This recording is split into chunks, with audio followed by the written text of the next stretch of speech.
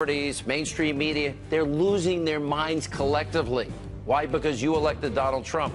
Sheriff David Clarke, Judge Jeanine Pirro, and wait till you see, by the way, Miley Cyrus's crying meltdown, and then RNC Chairman Reince Priebus, and much more. Straight ahead. Mainstream media, they weren't the only group lashing out last night. Whiny, sore loser, progressive took to the streets, often blocking traffic in several of America's busiest cities in order to vent their frustrations. Joining us now with reaction, Milwaukee County Sheriff David Clarke, the host of Justice, Judge Jeanine Pirro. Sheriff, this is fairly predictable. Anytime conservatives win, Republicans win, the left goes in complete meltdown mode. The things we will hear in the next 4 years, I'm warning my audience, it shouldn't shock you. They are going to lose collectively their minds. That's my prediction. How should we deal with it? Well, first of all, I just thoroughly enjoyed that montage you showed of the left, or you played of the left in meltdown mode. It's fun to watch.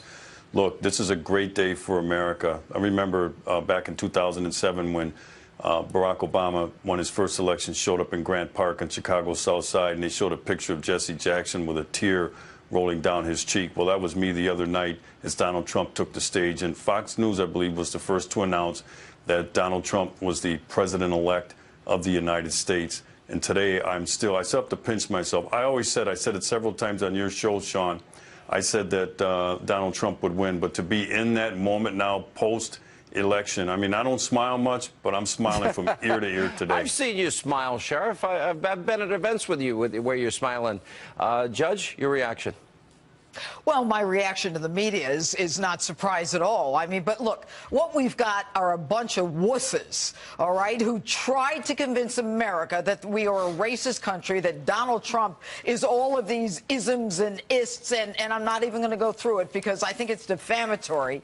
But they are the people who are the racist and the anarchists and who support these wimps, who, especially on college campuses, and these people who are protesting, they are anarchists. They don't believe in America. They want to burn flags. They want to not work. They want to get a check. They want illegals. They want open borders. You know what? It's time people recognize that we are a country that works for a living, that works hard to make sure that we can afford food and rent for our families, and that we deserve a president who believes that it's all about us, Americans, and not a global, country and a global economy. And by the way, when they hang Donald Trump in effigy and they say love Trump's hate, they're the hypocrites. They are the people who are violating the law. Sheriff, let me give you some examples. Slate, has a piece, oh, white one. Van Jones, this was a white lash. Cokie Roberts, there's great hostility to having a female president.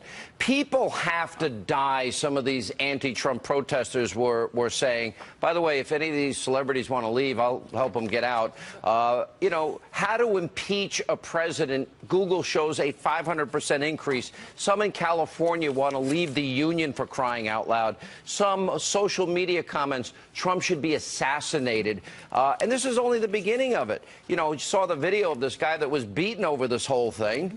And, you got schools telling kids, oh, if you're so traumatized, we'll offer you counseling to deal with your grief and shock over Donald Trump's victory.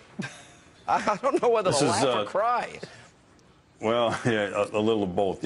This is nothing more than an attempt to intimidate the Trump administration and to intimidate the Trump supporters. This is a slap in the face to the voters. In our democracy, the voters decide who will lead these institutions of government, and numbers came out in enough to make Donald Trump the president-elect of the United States. It's going to take them some time, but they'll get over it. But in the meantime, you put up with them like a petulant 2-year-old. You let them, dance and have their tantrum, and then at some point you take them by the arm and you look them in the eye and you go, that's enough. Grow up. I think one of my favorite, though, is Miley Cyrus posting this. I do want to say that I've been very vocal for my support for everyone besides Donald Trump. I've heavily supported Bernie, heavily supported Hillary. I still think that in her lifetime she deserves to be the first female president. And that's what makes me so sad.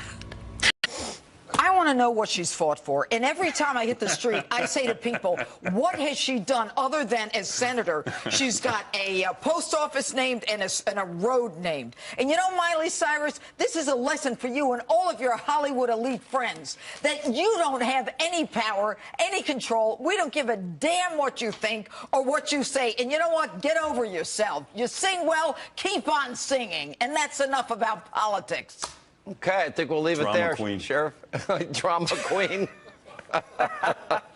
Yeah, listen, I wasn't exactly happy in 08 and 2012. Yeah, but we didn't protest. I mean, I didn't protest. I didn't cry. Didn't act like a baby. You know, good grief. Grow up, you people. You know, if you need counseling over a presidential election, you're a mess to begin with. Dog therapy. They're bringing in dogs to the campuses. Give him a binky and a blanket. Safe house, little safe spaces, free counseling sessions. What a bunch group of wusses. therapy. Hug it out. Hug it out. Yeah. Coming up, President-elect Donald Trump had a busy morning in D.C. after meeting with the president at the White House. Well, Mr. Trump and the Vice President-elect Mike Pence, they met with Speaker Ryan on Capitol Hill. So how come the party and how can the party come together and fix this economy, which is a mess? We'll check in with RNC Chairman Reince Priebus straight ahead.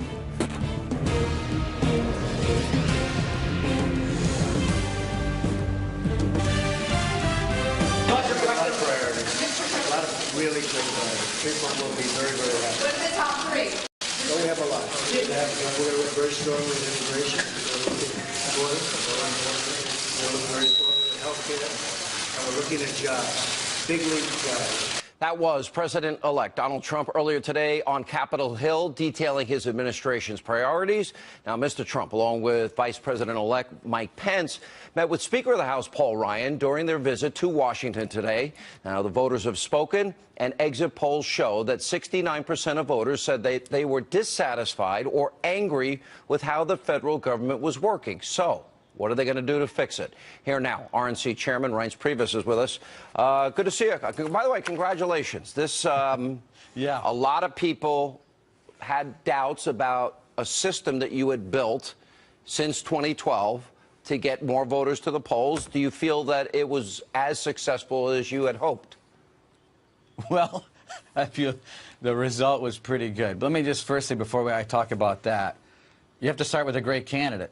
And if you don't have the change candidate that's authentic and genuine in a change year, you can have all the data and turnout you want. It's not going to work. So it starts with Donald Trump, President-elect Trump, number one. But number two, you know, we've been working for 4 years. We added, I was just looking before this interview, we added 300,000 more Republicans on the voter rolls through party registration in Florida. We also predicted turnout. To try to keep it basic, the most difficult thing you can do mechanically, you know, the data and the people on the ground are important, but you have to figure out what your prediction is for turnout so that you can actually try to figure out how many votes you need in the box in order to win. That's where our operation was dead on accurate. So predicting how many voters you needed. So for example, in Ohio, we thought that we would need 2.745 million voters in Ohio. We achieved 2.771 million votes in Ohio.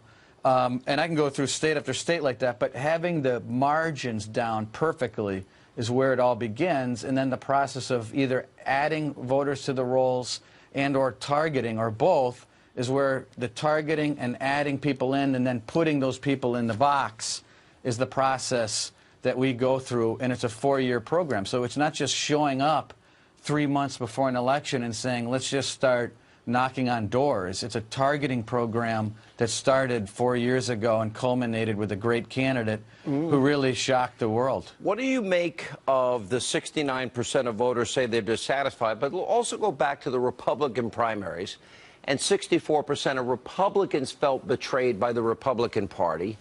Donald Trump was the outsider, was the change agent, and now he's got to work with many of those same Republicans. Do you foresee any problems, any conflict?